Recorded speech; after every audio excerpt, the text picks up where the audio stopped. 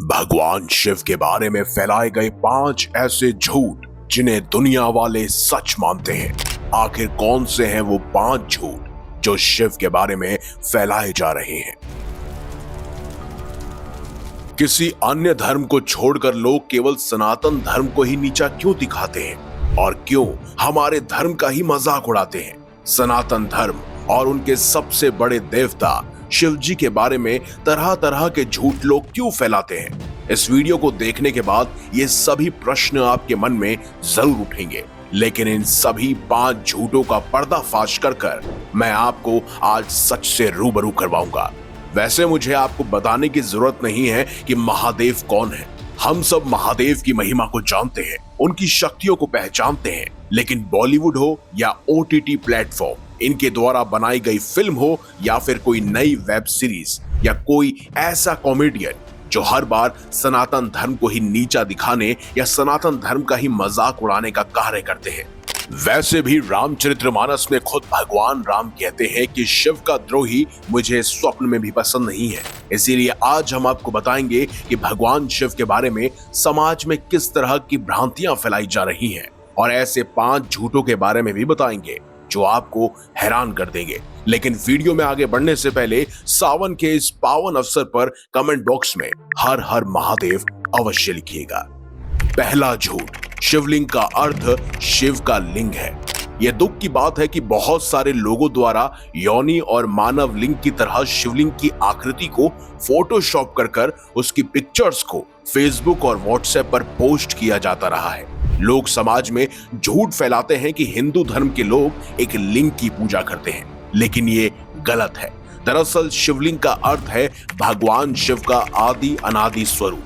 शून्य, आकाश, अनंत, ब्रह्मांड और निराकार परम पुरुष का प्रतीक होने से इसे लिंग कहा गया है। जिस तरह भगवान विष्णु का प्रतीक चिन्ह शालिग्राम है, ठीक उसी तरह भगवान शंकर का प्रतीक चिन्ह शिवलिंग है। वायु पुराण के अनुसार प्रलय के समय में समस्त सृष्टि जिसमें लीन हो जाती है और फिर दोबारा जिससे प्रकट होती है उसे ही शिवलिंग कहते हैं। इस प्रकार वर्ल्ड की हर एनर्जी, गॉड पार्टिकल्स या फिर डार्क मैटर एक लिंग का प्रतीक है।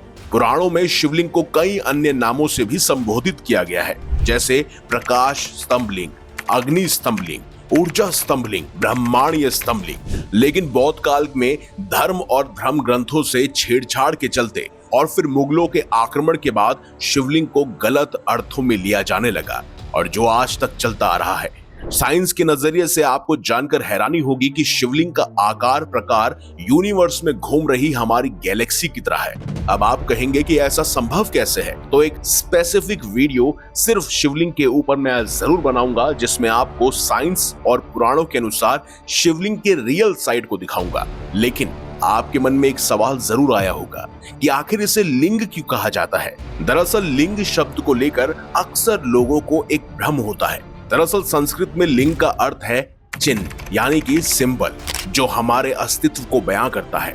और इसीलिए अगली बार अगर आपके सामने शिवलिंग का कोई गलत अर्थ निकाले तो उसे सुनकर अनसुना मत कीजिएगा, उन्हें उसका सही मतलब समझाइएगा। दूसरा झूठ, क्या भगवान शिव गांजा पीते हैं? एक नशीले पदार्थ को महादेव से जोड़कर आज के युवा भी प्रसाद समझकर इसे ग्रहण करते हैं, जो कि बिल्कुल गलत है। वैसे शिव पुराण सहित किसी भी ग्रंथ में ऐसा उल्लेख नहीं किया गया है कि भगवान शिव भांग, गांजा इत्यादि का सेवन करते थे।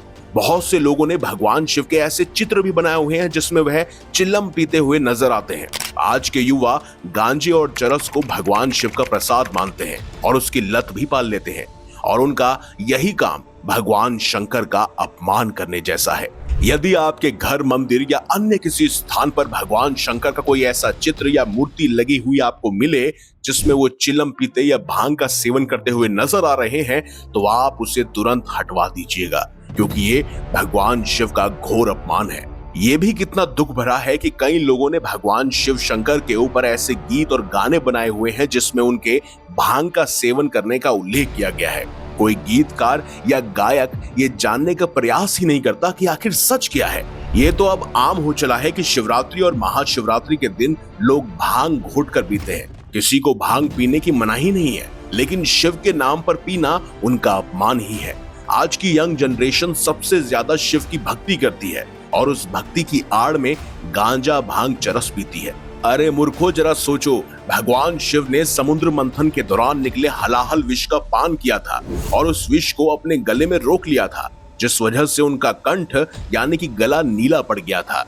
उस असहनीय पीड़ा और उसके गतिरोध को कम करने के लिए आयुर्वेद चिकित्सक उपचारक अश्विनी कुमारों द्वारा भगवान शिव को भांग, धतूरे और बेलपत्र का सेवन करने को दिया गया था ताकि उनके गले में ठंडक बनी रहे। वो गांजे का सेवन बिल्कुल नहीं करते थे।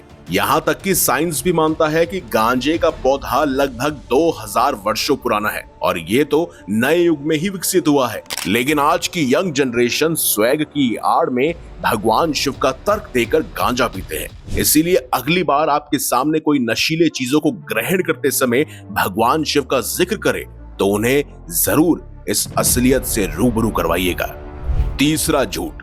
अब इसे झूठ कहें या सवाल, लोग अक्सर ये कहते हैं कि भगवान शिव भगवान नहीं थे। अगर होते तो उन्हें ये क्यों मालूम नहीं था कि गणेश जी माता पार्वती और उनके ही पुत्र हैं? उन्होंने क्यों अनजाने में उनकी गर्दन काट दी और फिर जब उन्हें मालूम पड़ा तो उन्होंने उस पर हाथी की गर्दन जोड़ दी?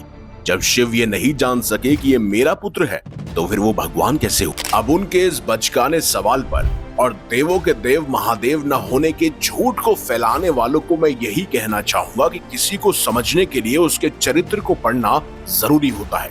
ऐसे तर्क से देखा जाए तो ईश्वर, ईशु, अल्लाह, गुरु नानक, गौतम बुद्ध अलग अलग मजहबों में ईश्वर है, लेकिन सबका चरित्र हम सबको जीवन का मार्ग दिखाता है और उनके द्वारा किए हुए अलग अलग चमत्कारों से प्रेरित करता है। भगवान शिव और उनके जीवन को लीला क्यों कहा जाता है? दरअसल लीला उसे कहते हैं जिसमें उन्हें सब कुछ मालूम रहता है और फिर भी वो अनजान बनकर जीवन के इस खेल को सामान्य मानव की तरह खेलते हैं। लीला का अर्थ नाटक या कहानी नहीं, बल्कि एक ऐसा घटनाक्रम होता है जिसकी रचना खुद भगवान ही करते हैं और फिर उसमें इन्वॉल्व भी होते हैं। दरअसल भविष्य में होने वाली घटनाओं को अपने तरह से घटाने की कला को ही लीला कहा जाता है। यदि भगवान शिव ऐसा ना करते तो आज भगवान गणेश जी को प्रथम पूजनीय देव ना माना जाता और ना उनकी गणना देवताओं में होती। वैसे भी इसके पीछे एक श्राप भी मौजूद था जो खुद उन्हें सूर्यदेव के पिता से मिला था, जिसके अनुसार जब भगवान शिव ने अपने भक्त माली और सुमाली की रक्षा के लिए अपने त्रिशूल के प्रहार से सूर्यदेव को मूर्छित कर दिया था, तब उनके पिता ऋषि कश्यप द्वारा भगवान शिव को श्राप दिया गया कि जिस तरह उन्होंने सूर्यदेव को पीड़ा दी है उसी तरह उन्हें भी अपने पुत्र को पीड़ा देनी होगी। इसी श्राप के कारण बाद में भगवान शिव को गणेश जी का सिर काटना पड़ा था। इसीलिए कहते हैं कि सृष्टि और प्रलय सब ईश्वर की लीला ही है। अवतार धारण करने पर इस लोक में आकर भगवान जो कार्य करते हैं उन सब की गिनती भी लीलाओं में ही होती है। चौथा झूठ। भगवान शिव पार्वती ही एडम एंड ईव है। दरअसल भगवान शिव को आदिदेव कहा जाता है, जिनके दो पुत्र थे, गणेश और कार्तिकेय। गणेश जी की उत्पत्ति कैसे हुई ये सब हम जानते हैं।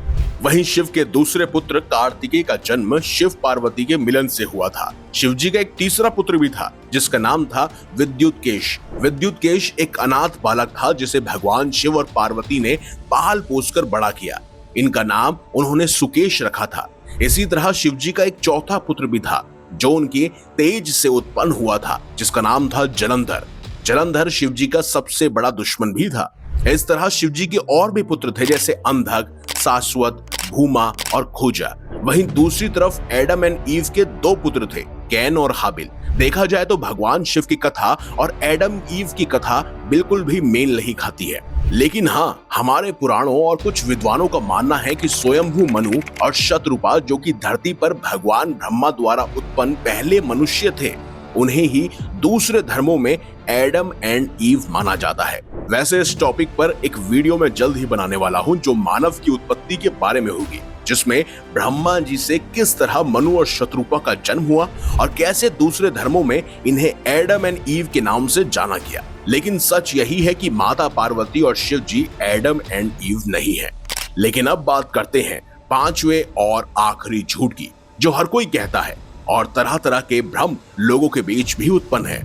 लोग अक्सर कहते हुए नजर आपको आएंगे कि भगवान शिव ही शंकर, महेश, रुद्र, महाकाल, भैरव इत्यादि है। पहली बात तो ये कि हमारे हिंदू धर्म का संबंध वेदों से है, पुराणों से नहीं।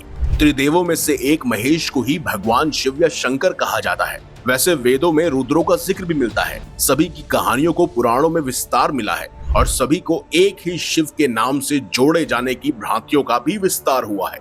शिव का नाम शंकर के साथ जोड़ा जाता है। लोग कहते हैं शिव शंकर भोलेनाथ। इस तरह अनजाने में कई लोग भगवान शिव और शंकर को एक ही सत्ता के दो नाम बताते हैं। असल में दोनों की प्रतिमाएं अलग अलग आकृति की हैं। शिव ने सृष्टि की स्थापना, पालना और विलय के लिए ब्रह्मा, विष्णु और महेश नामक 3 सूक्ष्म देवताओं की रचना की थी। इस तरह शिव जी ब्रह्मांड के रचयिता हुए और शंकर उनकी एक रचना।